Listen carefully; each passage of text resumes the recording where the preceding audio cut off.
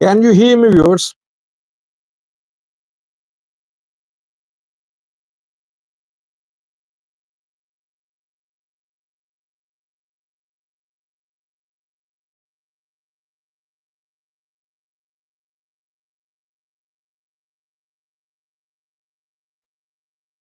Thank you. I want to confirm that audio is fine. That is why I'm asking this question. That can you hear me or not? Because sometimes I start, but there are audio issues. Okay, let me welcome the participants first. We could not hold a live chat yesterday, Friday, but and tomorrow I might be busy tomorrow as well. So I thought of having a quick live chat. Thank you. Special welcome to members. Thanks to all for joining this session. Let me welcome the participants. Then two very important topics in this live. Shafo is the first viewer who commented today. Shafo is a member too. Special welcome, Shafo. Shafo has been a member of My Views and News for years. I started membership around 2 years ago, and Shafo, Peace and Love were the very first members I remember. You can be a member by clicking the link given in description section of videos. There is membership tab as well. You can click that tab and it will take you to the link, the page, which will guide you about how to become a member. We have BT says, hi, Sajid. BT is a new name for me. BT, have you been watching My Views and News for some time, or are you a new viewer? You baby low join after a long time. How are you baby low? I remember your screen name. Tamrat Gebrimariam says, what are you waiting for? I was waiting for confirmation about audio. Peace and Love here. Second member here is Peace and Love. Welcome, Peace and Love. Back foot here. BT says, I know you're not feeling well. I hope you feel better to drink hot ginger tea with lemon. Thank you, BT. Fitsum Kidane Mariam here. One Love joined to Michael Tisfazian here. Jaguar says, Alula from Makale. Good to hear from you, Alula. KOA joined to welcome KOA.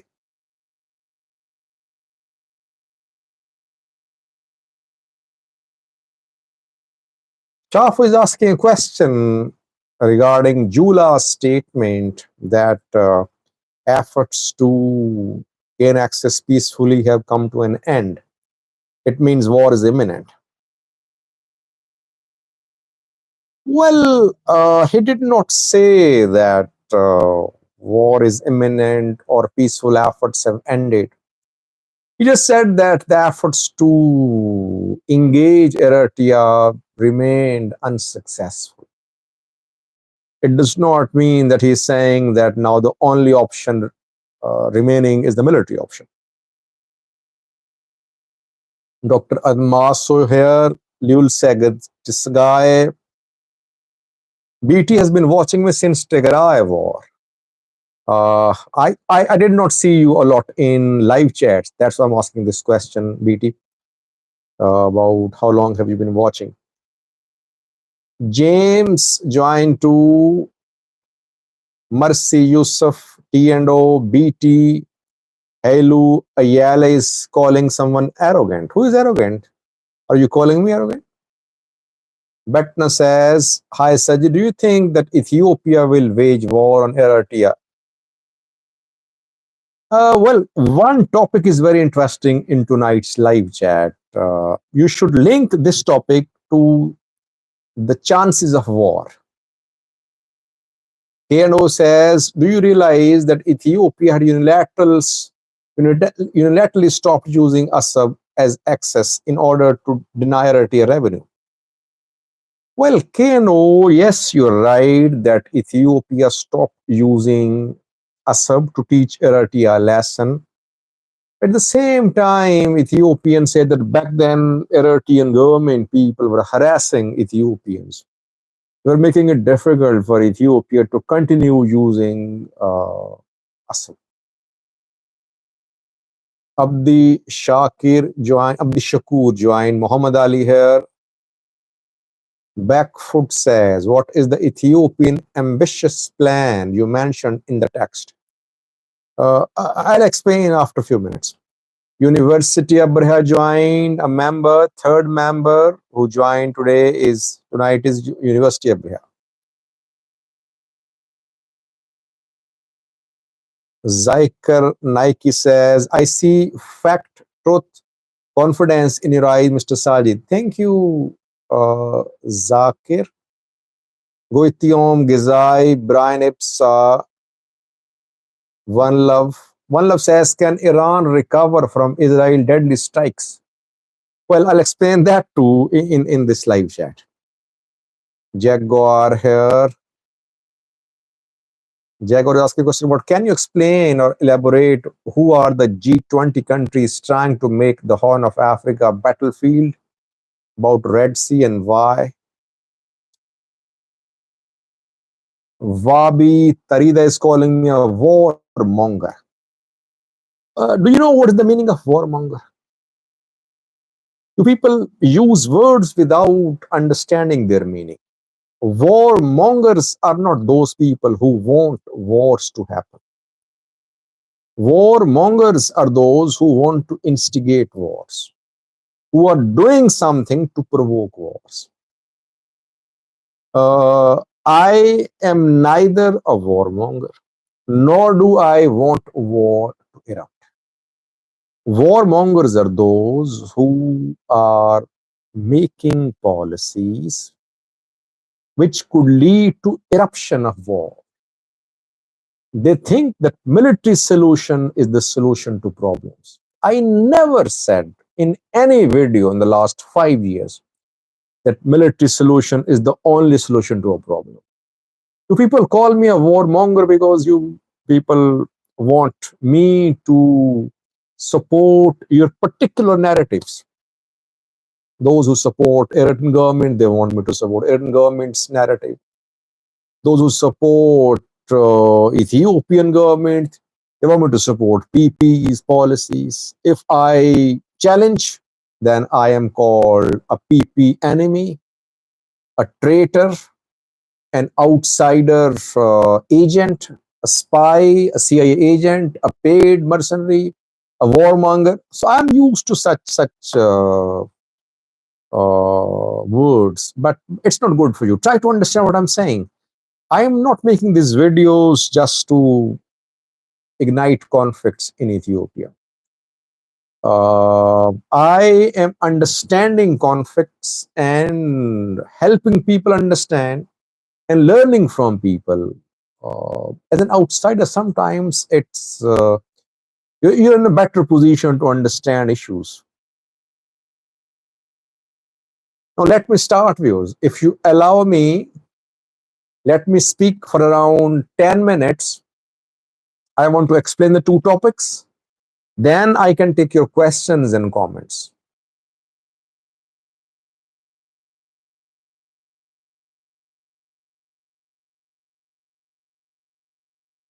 Allahu Akbar, join. Dennis Cooper here.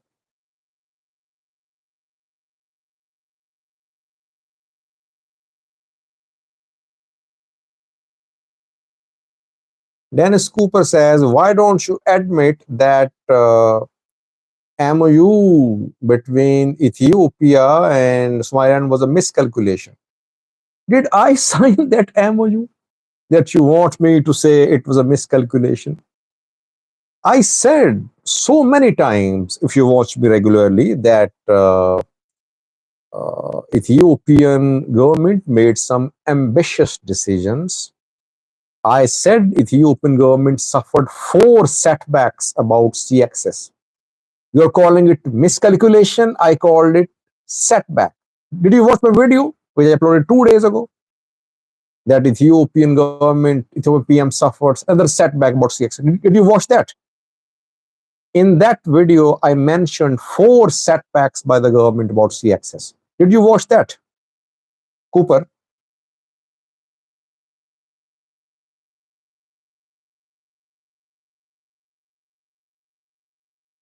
T&O says it might be more impactful to focus on the Israel-Iran conflict at this time. Yes, I am focusing on Israel-Iran conflict without stopping reporting of the Horn of Africa.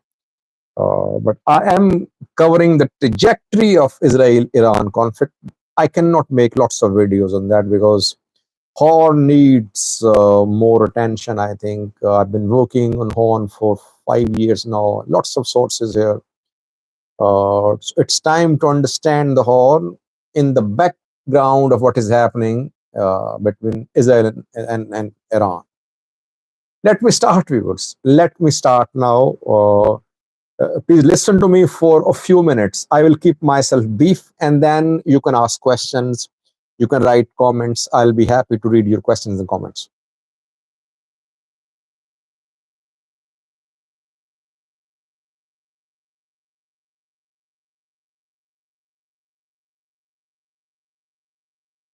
Okay, let's start, viewers. Israel-Iran war.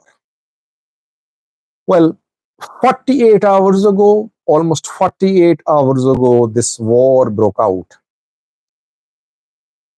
Now I have a feeling that signs are there that this war could turn into full-blown, full-scale war between Israel and Iran.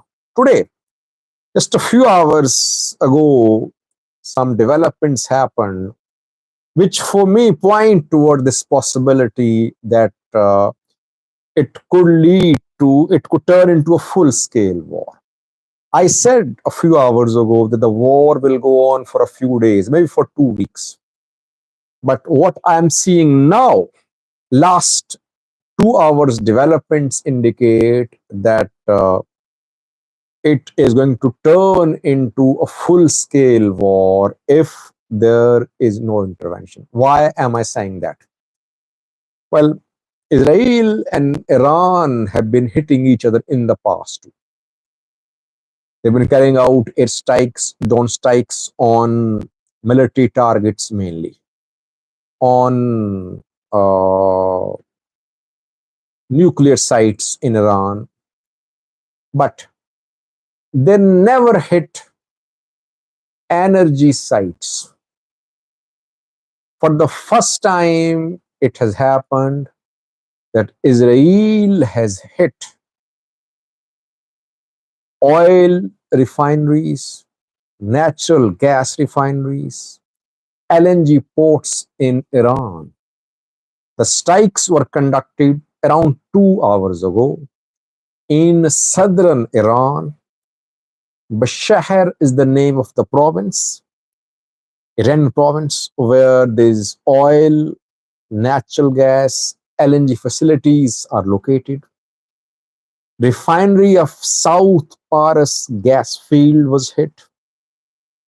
Fajr Jam natural gas refinery was hit. Kangan LG port was hit.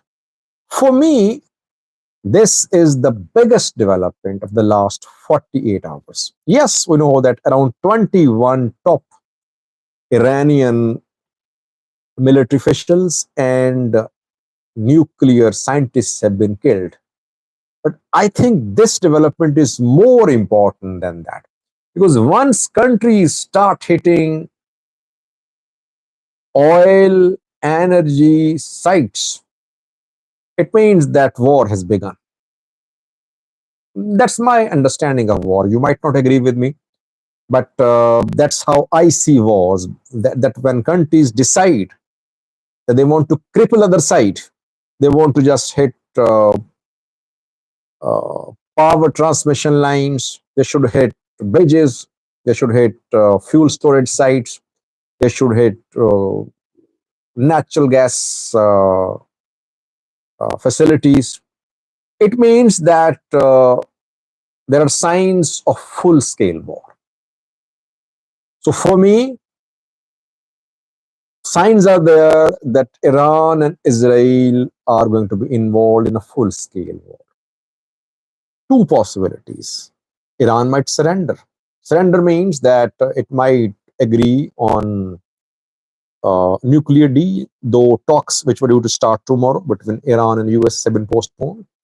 But Iran could agree to the deal, and the war could end. The killing of senior Iranian military officials have given a hope. It has given a hope, or it has given a chance to the US and Israel that now they can go for regime change in Iran. Iranian government is conducting searches. Mossad is busy. Change from within is going to be tried by CIA and Mossad, it seems. They'll try to topple this government because government is weak now, definitely. Iran not in a position to challenge Israel. Iran has been under sanctions for years. By the way, now when oil refineries are being hit, China will suffer too, because I think 70 to 80% of Iranian oil is purchased by China. There are sanctions on Iran. Iran cannot sell its oil in open market. Any country which buys Iranian oil is sanctioned too. That is why Iran has to sell its oil to China. And obviously, China is a beneficiary of Iran-Israel conflict, Iran-US conflict, because now when only one client is buying Iranian oil, it means that Iran is giving concessions on price to China. So China is now going to feel the heat of this war. China never involved itself. Thank you, Shafo, for buying the super chat sticker. Your contribution matters a lot for me. China is not known for intervening in wars. They don't make themselves a party to wars. But since now Chinese economic interests are being hit, Iran's oil sites are being hit, China could be involved in some way. I don't know. But signs are there that an all-out war is starting. Israel and US were not hoping that they'll be able to kill Iranian military chief, Iranian deputy military chief, Iranian Revolutionary Guards Corps chief, Iranian top nuclear scientists. They achieved more than they hoped. That is why they now have decided that they have a chance to, to just weaken Iran forever. They have been dreaming of weakening Iran for decades. Now they're seeing a real chance.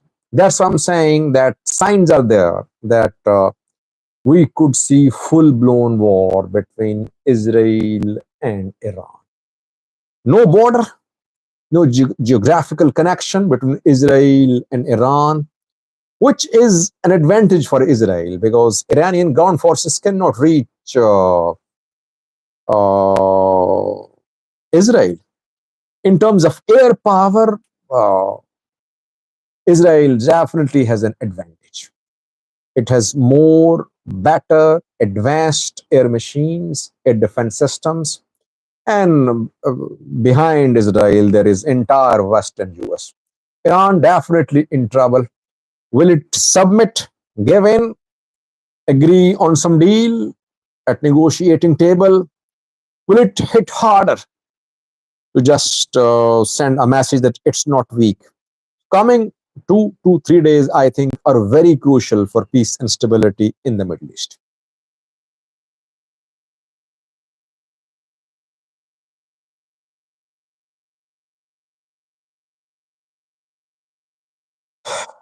Just a break of a few minutes, then I'll speak on the next topic, which is about Ethiopia.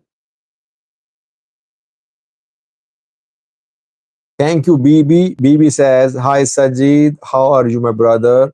Most of us, as we know you, we love what you do. Please focus on positive comments. Some people, they don't think before they write. Well, yes, I can understand. Alim joined too. Let me welcome Alim. Alim is a member too. Alim said, do you think Trump got manipulated by Netanyahu? No, no, both are on the same page. Trump actually told Netanyahu to teach Iran a lesson because Iran was not agreeing to nuclear deal. Both have the same type of opinion, I think. Both want to just destroy or weaken Iran to an extent that Iran won't be a threat to them. They just destroyed Iraq, they destroyed Libya, they destroyed Syria, uh, and now Iran is the only country which is standing up to them. Uh, if somehow there is a regime change in Iran, that would be a big win for Israel and the US in the Middle East. And by the way, Islamic countries, Muslim countries, they are not supporting Iran. Why? They want non-nuclear Iran. I think Muslims know that Banu Umayyah and Banu Abbas have been fighting for centuries in Muslim history.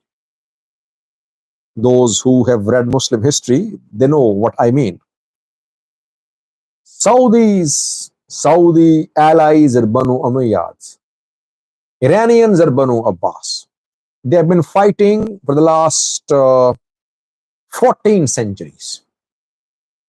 It's religious fight between them for dominance, for control of the Muslim world. So Saudi Arabia, UAE, yeah, Shia Sunni or Banu Umayyah, Banu Abbas, you can use the two terms. No one wants to see a nuclear Iran. A nuclear Iran is seen as a threat by Saudi Arabia, by UAE, even by Pakistan. Pakistan is a nuclear country, but even Pakistan does not want its neighbor to be a nuclear country. So Iran, on its own, it has been trying to continue its nuclear program in discreet, but now it will have to surrender or face a full-scale war. Iranian army says Pakistan supports Iran. It does not. It only issues statements because Israel is Indian ally. Israel and India have been allies for years. That is why Pakistan issues statements in support of Iran, but diplomatic statements. I see Pakistan as a US ally. It will never support Iran.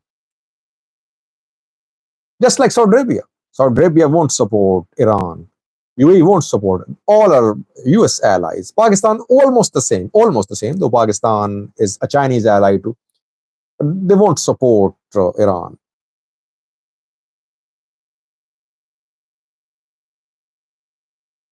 Houthis, yes, Eritrean army. Houthis are supporting Iran, but they have been fighting. They are not close to the battlefield. They're firing missiles, and they suffered a lot recently when Trump bombarded Houthis. Houthis are not game changers, but they can be of help for Iran. Now, let me start, viewers. Let me speak on the second topic. I'll continue covering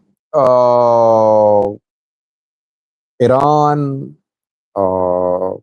Israel conflict on my vision news in all the videos, but we must keep the focus on the Horn of Africa. I wrote in the, please let me speak for a few minutes, then I can take your questions and comments. I wrote in the title, Bad News for Eritreans. Why did I write that? What is the bad news for Ethiopians, not Eritreans? Which bad news for Ethiopians that I want to talk about? Well, Ethiopian budget for the next year has been tabled. 1.93 trillion birr budget. One point of this budget is very striking, which is being neglected by the people who are analyzing, who analyze Ethiopia, but they are not taking into account one important point of this budget, which I want to share with you. This important point indicates that there are hard times ahead for Ethiopians, that Ethiopians as a nation could suffer. Not the men in power, but the people, the masses could suffer. Why am I saying that? Well, for the first time, I think in Ethiopian history, for the first time, if I'm not wrong, 70% of government's budget, this budget, the revenue, will be generated through taxes. 70% of 1.93 billion birr will be in the form of taxation. It's a very ambitious target. It means there's going to be heavy taxation on all sectors in Ethiopia.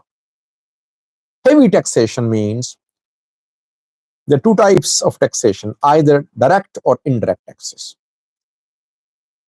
Direct taxes means that those who are wealthy, they'll have to pay taxes. Those who are making money, they pay taxes. Indirect tax means that, for example, if government increases fuel prices, increases taxes on fuel prices, all will have to pay. That would be called indirect tax. What we have learned is that the government is preparing to increase indirect taxes. It's not that the rich are going to be taxed. No. Indirect taxation is going to be increased considerably. It means we could see value added tax, more value added tax, VAT, VAT on fuel, on items of daily use, on oil, on sugar, on other items. It means all subsidies are going to be withdrawn gradually, which is happening. That is why fuel prices are rising. I mean, petrol price is over 120 bir, if I'm not wrong. In Ethiopia, gasoline price is over 120 bir. It will further increase in coming days because of this indirect taxation. We could see indirect taxes on items of daily use too. Why did the government make this decision? Two main firstly, one of the reasons is that government needs money. Aid from the US, from other countries, decreasing, especially in health sector, where there were lots of projects funded from abroad. Now government will have to spend from its own coffers. Secondly, government will need money for DDR. If DDR happens, government will need money for that too. All the commitments are just verbal commitments, which are not being respected by outsiders. Thirdly, very importantly, this government will have to conduct an election, general election, and maybe the election could be conducted before June or July 2026. You need money for that too. I mean, will foreigners fund the election in Ethiopia? If they do, uh, that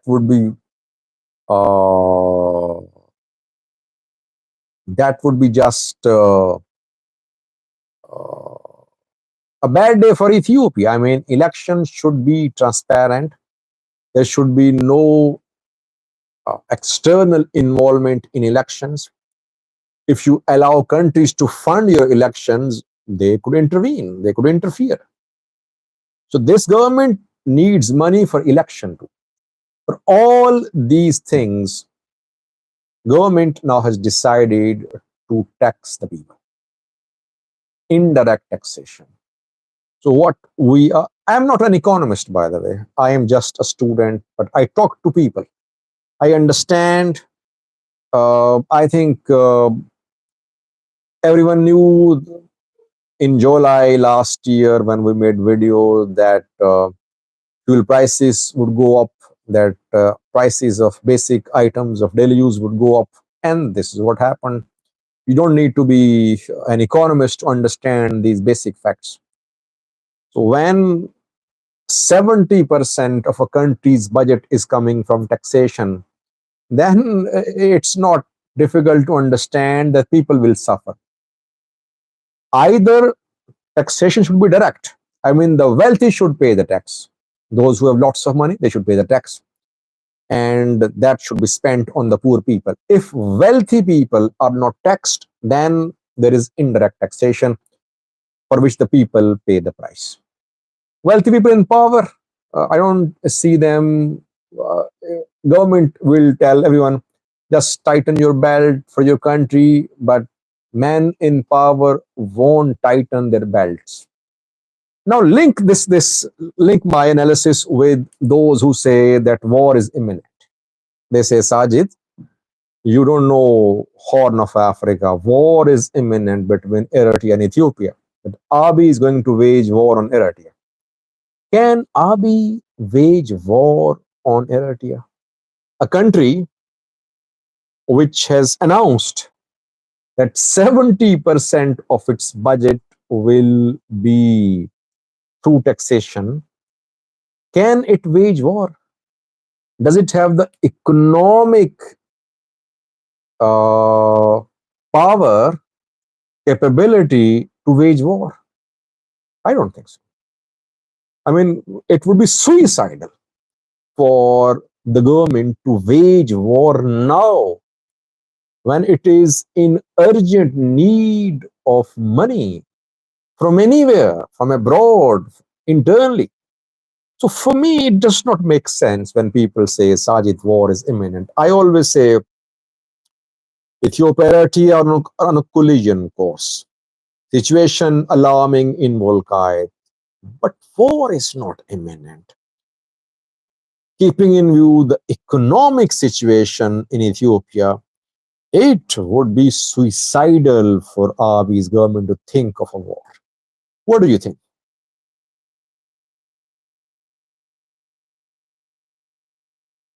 Thank you, German Bero, for buying the super chat sticker.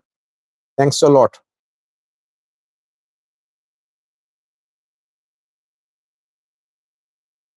Beetham says, Sajid, how can you don't talk about Pakistan police corruption that's harassing money and tourists?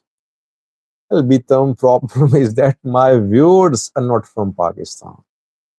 So if I start covering Pakistan, no one is going to watch my views and news. You people watch me because I cover the Horn of Africa. And I am not in touch, honestly, with what is happening in Pakistan. I'll have to establish, I'll have to create a new channel to cover Pakistan. I don't have time for that. I cannot cover the entire world on my views and news. It's not easy to cover a country. You need to be fully involved in learning about the country, understanding the developments in the right perspective. It's not that we just get news and read it. I'm not a newscaster. So it's difficult to cover Pakistan. I can cover Israel Iran war, not fully, but main developments can be covered. Why? Because I worked on Israel Iran issues, because when I started my views and news, the videos which I made at the start were about Middle East. I worked a lot on Iranian nuclear program. I worked on Turkey, Syria war. So I know a little bit about Middle East, but it's difficult to cover every country on my views and news.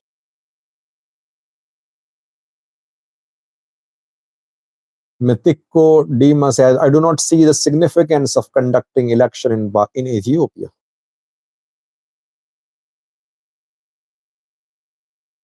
LM says, you're not a newscaster, but Sarah should do daily world news as a filler. Well, Sarah has her own views when it comes to work. I don't force her. I think she's studying. Whenever she is free, she can make videos. It's up to her. I don't want to force it on her. Uh, and yes, sometimes she makes videos. She'll make videos, but it's difficult for her to make one video a day. It's difficult because she's busy with her studies too. And by the way, when Sarah makes videos, my younger daughter Arfa, who is 8 now, she does the other work, the work of uploading, the work of making a thumbnail, the work of choosing title and choosing the keywords. I taught her how to do that. Both make one video. Sarah records the video, Arfa uploads it, and Arfa then publishes it on YouTube.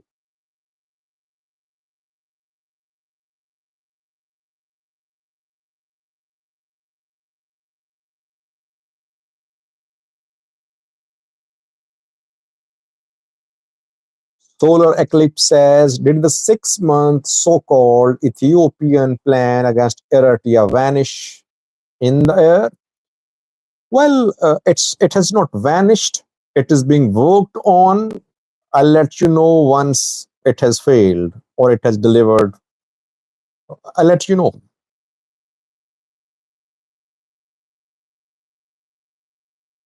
Abdi Karim is saying, what is the latest news from Iran and Israel? Well, I spoke for around 10 minutes, Abdi Kareem, so I would request you to watch this live chat from the start.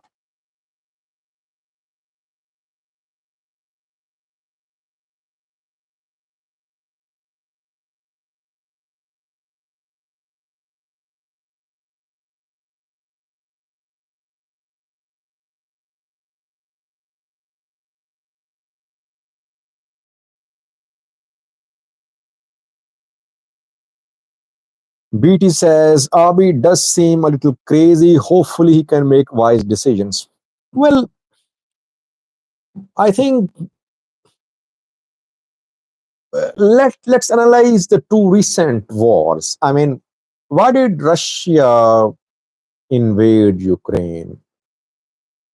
Russia thought that it was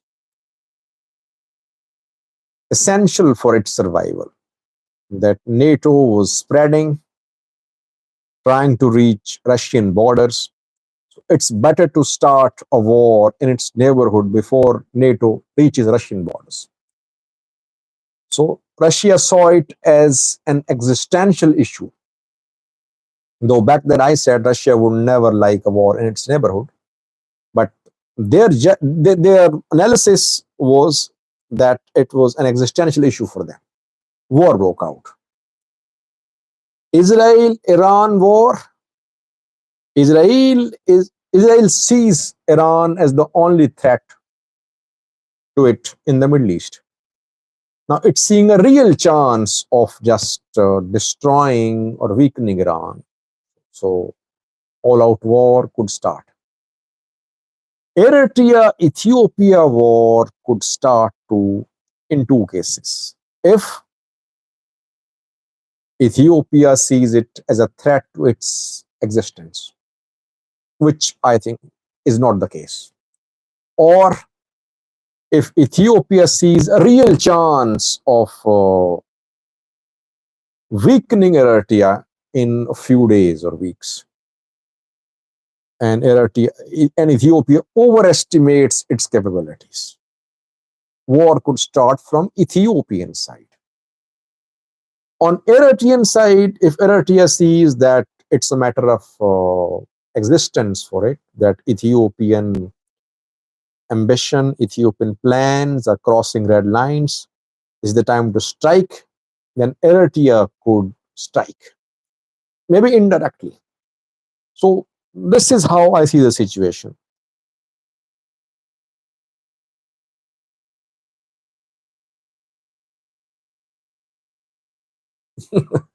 Oromtija says Arfa is the biggest spy against Ethiopia. I will tell Arfa about it.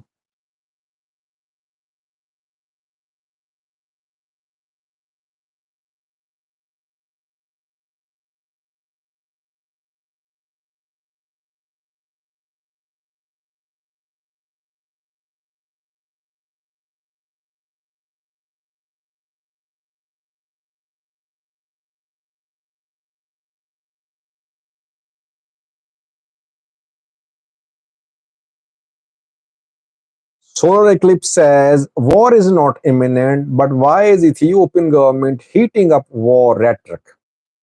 Well, I used the term brinkmanship when I went to uh, Indonesia, I think, around 4 months ago. Yes. Or when I went to Azerbaijan, maybe 8 to 9 months ago. I did a video back then. I was on my way to travel to an airport. I remember that. And I said in that video that Abi is using a strategy called brinkmanship. Brinkmanship means that you use threat as a way of achieving your goals.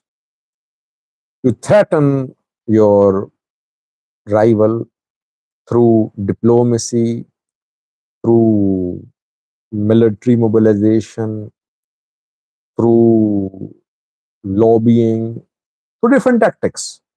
Basically, you want to frighten your enemy and you want your enemy to agree to your terms and conditions. So I call it controlled aggression or brinkmanship, which Ethiopian government is following. But sometimes brinkmanship could turn into war.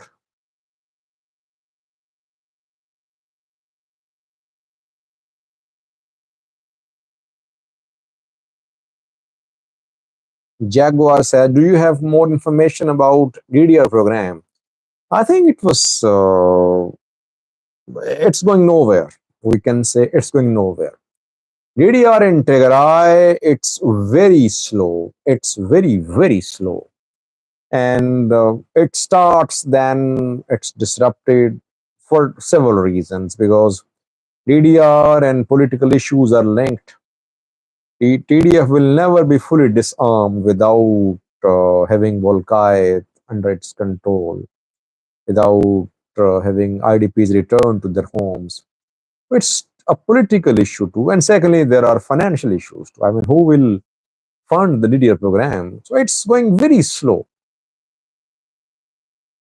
Only a few thousand have been demobilized so far, I think.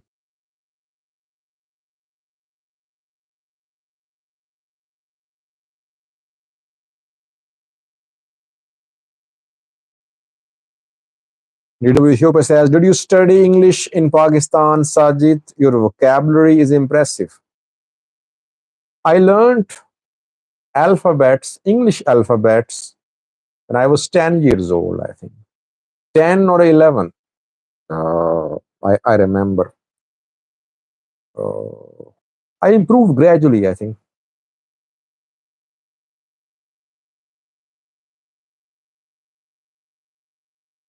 By the way, viewers helped me a lot in improving my pronunciation.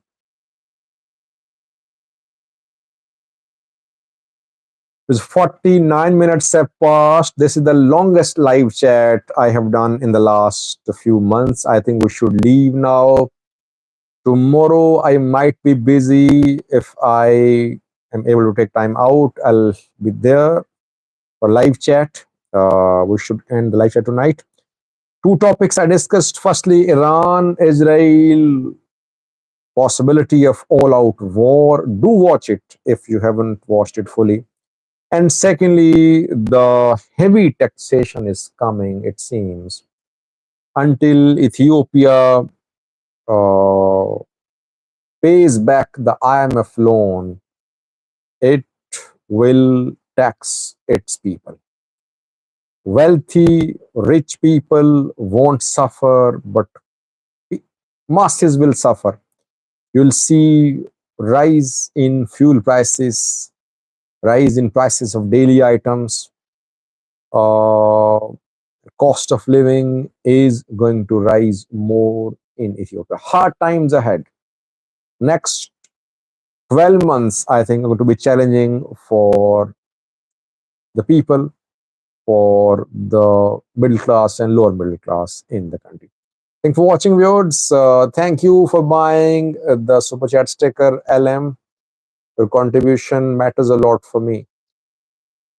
I'll be back tomorrow or next week, viewers. If I'm able to host lecture tomorrow, I'll let you know. Otherwise, on Friday. Thank you. Stay blessed. Bye bye.